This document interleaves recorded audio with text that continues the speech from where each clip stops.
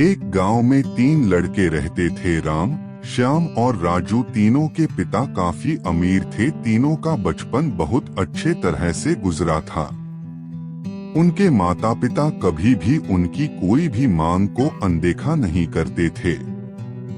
राम के पिता सरपंच थे, श्याम के पिता एक कारोबारी थे और राजू के पिता एक किसान जमींदार थे।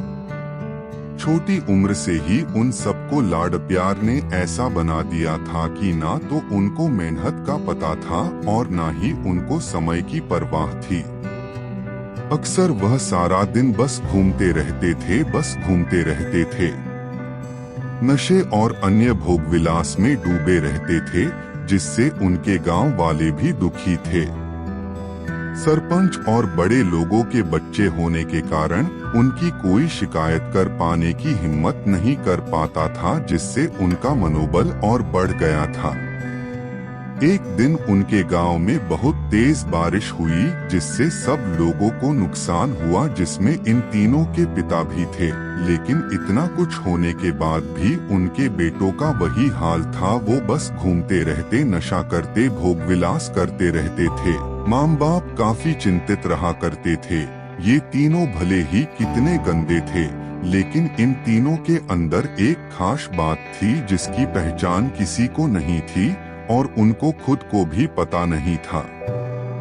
राम एक बहुत अच्छा नेता प्रतिपक्ष था, क्योंकि अपने पिता के पास रहते हुए उसको इसका काफी ज्ञान हो गया था, क्योंकि उसके पिता सरपंच थे।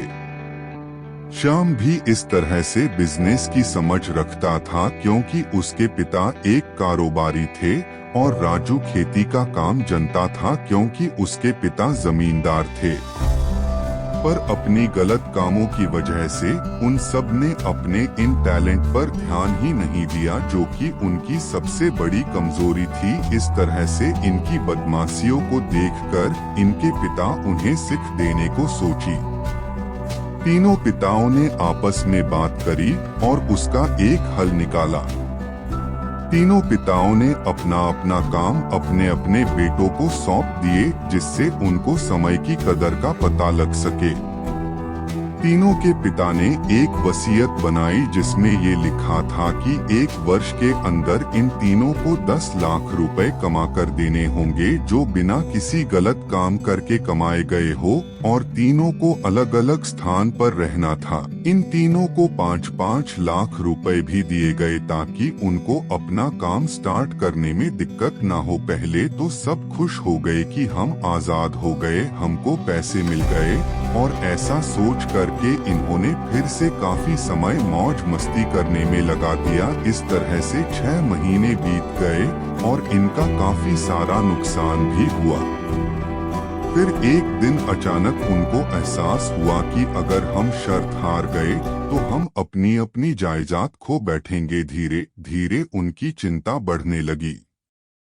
एक दिन वो इसी उधेड़ धुन में एक पार्क में बैठे थे और कुछ डिस्कस कर रहे थे कि उनको एक छोटी सी लड़की मिली। वो फूल बेच रही थी और साथ में पढ़ भी रही थी। तीनों लोग उस लड़की के पास में गए। तभी राम ने लड़की से बोला, बेटी आपकी उम्र क्या है? तो लड़की ने जवाब दिया कि मैं 12 साल की हूँ। अंकल, इतना सुनते ही राम ने आचार्य से पूछा कि आप इतने छोटे होकर के खेल नहीं रहे हो? इस पर लड़की ने जवाब दिया कि मेरे पापा अब इस दुनिया में नहीं है और माता बीमार रहती है, इसीलिए मैं ये काम करती हूँ। ये सुनकर राम ने अपना पर्स निकाला। उसके पास जो भी पैसे बचे थे वो उस लड़की को देने लगा। उसके बाद लड़की ने बोला, अंकल आप भी फूल ले लो, मुझे बहुत खुशी होगी, क्योंकि मैं अगर आपसे फ्री में पैसे ले लूंगी तो फिर मेरा पढ़ाई में मन नहीं लगेगा, मैं कामचोर बन जाऊंगी, क्योंकि यही समय है जिस समय में अपना भविष्य लिख सकती हूँ। राम ने उस लड़की से सारे फूल ले लिए और तीनों घर लौट आए। उस फूल वाली लड़की का उन तीनों लड़कों पर बहुत गहरा प्रभाव पड़ा। रात भर उन तीनों ने उस बच्ची के बारे में सोचते रहे और उन्हें एहसास हुआ कि वो तीनों कितने गलत थे। तीनों ही दोस्तों को एहसास हुआ कि आज भी उनके पास 6 महीने का समय है अपने पिता के दिए गए काम को पूरा करने का और भविष्य बनाने का। इसी दौरान सबने सोचा कि अगर बचे हुए समय का सही उपयोग करे तो अभी भी बहुत कुछ किया जा सकता है। इस तरह बाकी दोस्तों ने भी सोचा और दूसरे समय में आकर काम तलाशने लगे, पर उनके शर्त में एक शर्त ये भी थी कि उनको जो भी काम करना है वो अपनी पहचान बताए बिना करेंगे, जिससे ये साफ था कि उनको काम नहीं मिला। और जब काम नहीं मिला तो उन्होंने सोच लिया तो अब वो अगर कुछ भी करेंगे तो अपने गांव में जाकर ही काम करेंगे।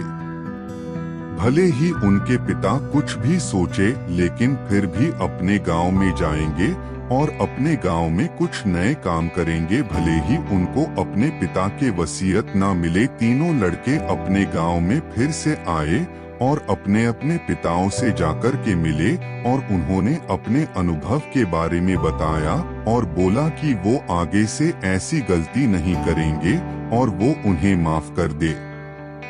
लेकिन पिता तो शर्त पे ही अड़े थे। लड़कों को कोई दया नहीं मिली। तीनों को फिर से दुख हुआ कि तीनों को अपनी गलती की एहसास होने के बाद भी उनके पिता उनका सपोर्ट नहीं कर रहे हैं और फिर से वो रात भर सोचते रहे कि अब क्या किया जाए।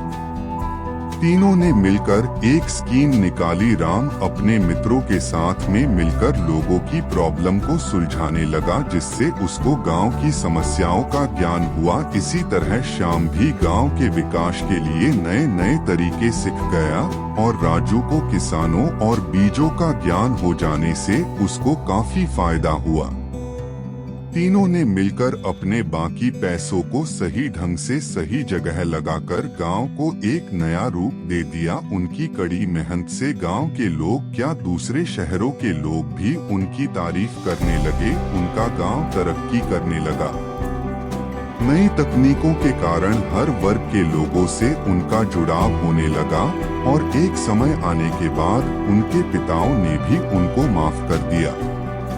इस तरह से दोस्तों उन तीनों को समय की कीमत का अंदाजा हुआ कि पहले वो कितना समय बर्बाद कर रहे थे, लेकिन जब से उनको समय की कीमत का अंदाजा हुआ तब से उन्होंने समय को बर्बाद नहीं किया और काम करके पैसा कमाया, नाम कमाया और ये सीखा ईमानदारी से जिंदगी कैसे जीते हैं।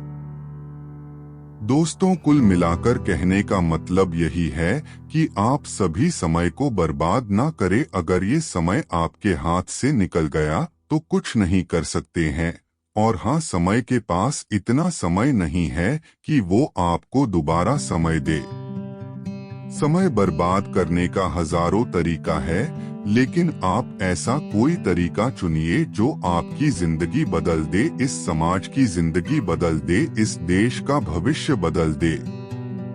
मुझे उम्मीद है कि ये स्टोरी आपको अच्छी लगी होगी। दोस्तों मोटिवेशन की आग को इतना सपोर्ट करने के लिए बहुत बहुत धन्यवाद। अपना ख्याल रखिए, जिंदगी में आगे बढ़िए और अपनी कड़ी मेहनत से देश में खुद के नाम के साथ साथ दुनिया में भी देश का नाम कीजिए।